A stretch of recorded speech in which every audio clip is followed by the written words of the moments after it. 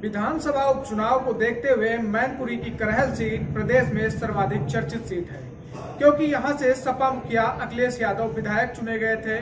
उनके इस सीट को छोड़ने के बाद यह खाली हुई है। हाल ही में बीते लोकसभा चुनाव में सपा और कांग्रेस के गठबंधन में अच्छे प्रदर्शन से सपा प्रमुख अखिलेश यादव ऊर्जावान दिख रहे हैं। वहीं भाजपा इस सीट को जीतने का दावा कर रही है। इसी बीच उपचुनाव में सपा और कांग्रेस के गठबंधन में खींचतान की खबरें सामने आई हैं। कहा गया कि उपचुनाव में कांग्रेस को महज 2 सीटें सपा ने दी हैं, इसलिए वह नाराज है।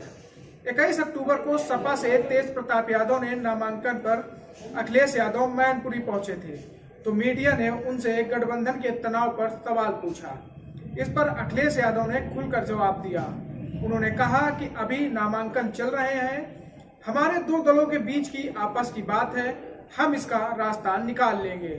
हालांकि अब यह तो देखने वाली बात होगी कि अखिलेश के प्लान को कांग्रेस कितना मानती है या उसकी यह नाराजगी जारी रहेगी। दरअसल करहल विधानसभा उपचुनाव के लिए सपा से तेज प्रताप यादव ने नामांकन कर दिया है। उनके नामांकन में सपा अध्यक्ष अखिलेश यादव भी पहुंचे थे। अखिलेश ने कहा कि तेज प्रताप यादव भारी बहुमत से जीतकर जाएंगे।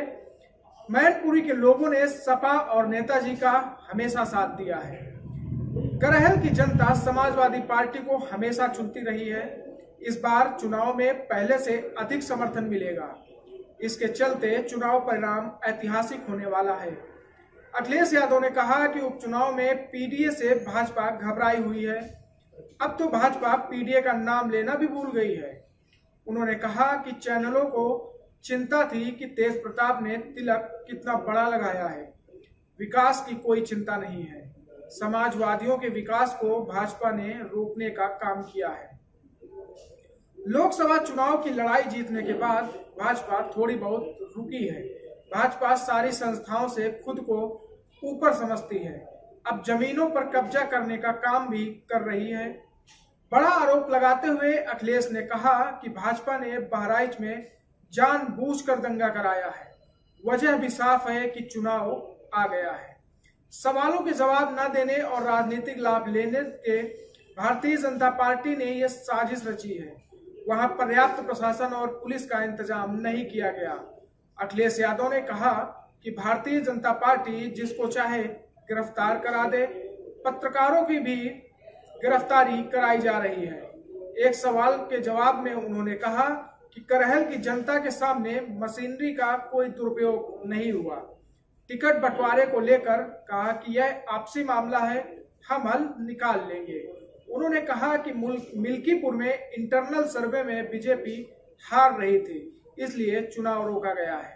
उन्होंने कहा कि बार बार मुख्यमंत्री के कार्यक्रमों के बाद भी कोई बदलाव नहीं आया।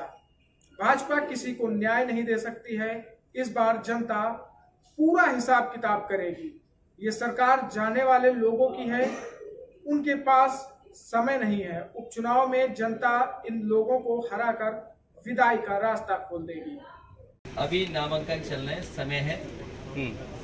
ये हम 2 दलों की बात है, हम लोग रास्ता निकालेंगे। जी, अयोध्या की मिल्कीपुर सीट जो थी उसको कानूनी पेचीदगी का स्वरूप दिया गया, लेकिन ऐसा कुछ है नहीं वहाँ। क्या कारण है? सच्चाई आप भी जानते हो। जिस सरकार ने बीएलओ हटाए हो, सब अधिकारियों को हटा दिया हो, अपनी मनमर्जी के अधिकारी पोस्ट कर दिए हो, मुख्यमंत्री जी एक बार नहीं कई बार गए, कई बार विकास का पैकेज भी दिया उन्होंने, और जब इंटरनल सर्वे करवाया उन्होंने तो इंटरनल सर्वे में बीजेपी हार रही थी। फिर मुख्यमंत्री ने बार बार कार्यक्रम लगाया और बार बार कार्यक्रम लगाने के बाद सर्वे करवाया, उसमें भी बीजेपी हार रही थी। अच्छा जी, करहल में डिप्टी सीएम आए हुए थे, वहाँ पर 69,000 जो शिक्षक भर्ती के अभ्यर्थी थे वो प्रदर्शन कर रहे थे, उनके ऊपर एफआईआर दर्ज की गई, उनको जेल भेजा गया डिप्टी सीएम के प्रोग्राम। मैंने पहले भी कहा कि ये किसी को न्याय नहीं दे सकते। भारतीय जनता पार्टी किसी को भी न्याय नहीं दे सकता। जो न्याय नहीं दे सकता वो सम्मान भी नहीं कर सकता। और लोकतंत्र की खूबसूरती यही है कि अगर कोई विरोध कर रहा है, कोई नाराजगी है, तो कम से कम उसकी बात सुननी चाहिए। ये जो सत्ता की ताकत से जो मुकदमे लगाए या जेल भेजा है या उनको परेशान किया जा रहा है, यही जनता है इनका हिसाब किताब करेगी इस चुनाव में। एक बार मुख्यमंत्री, उप मुख्यमंत्री और कई बार रोजगार के मेले, विकास के मेले जो है क्या लगेगा? अब सरकार पे उतना समय नहीं है जितना समय था उनका। जितनी सरकार चल रही है अब उतना भी समय उनके पास नहीं है। ये सरकार जाने वाले लोगों की है।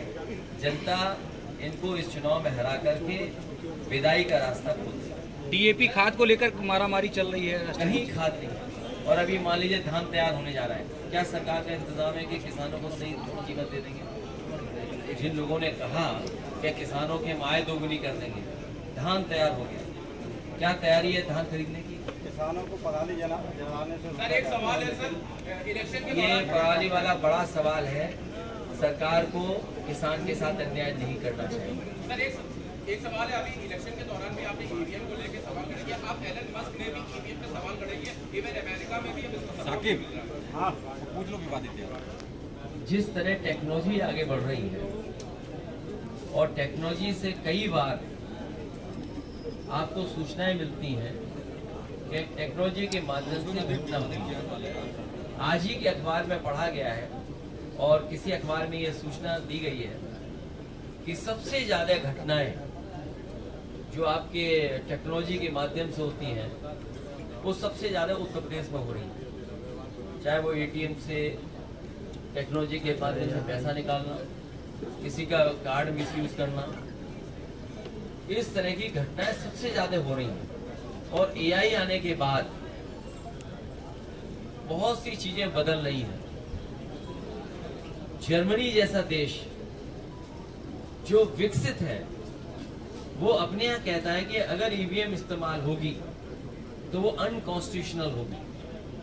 तो जब जर्मनी जैसा देश जो दुनिया में बहुत आगे है, भारत से कई मामलों में बहुत आगे है, जब वो देश ईवीएम के इस्तेमाल को अनकॉन्स्टिट्यूशनल कह रहा है तो स्वाभाविक है कि उस पर सवाल खड़े होंगे, उंगली खड़ी होगी।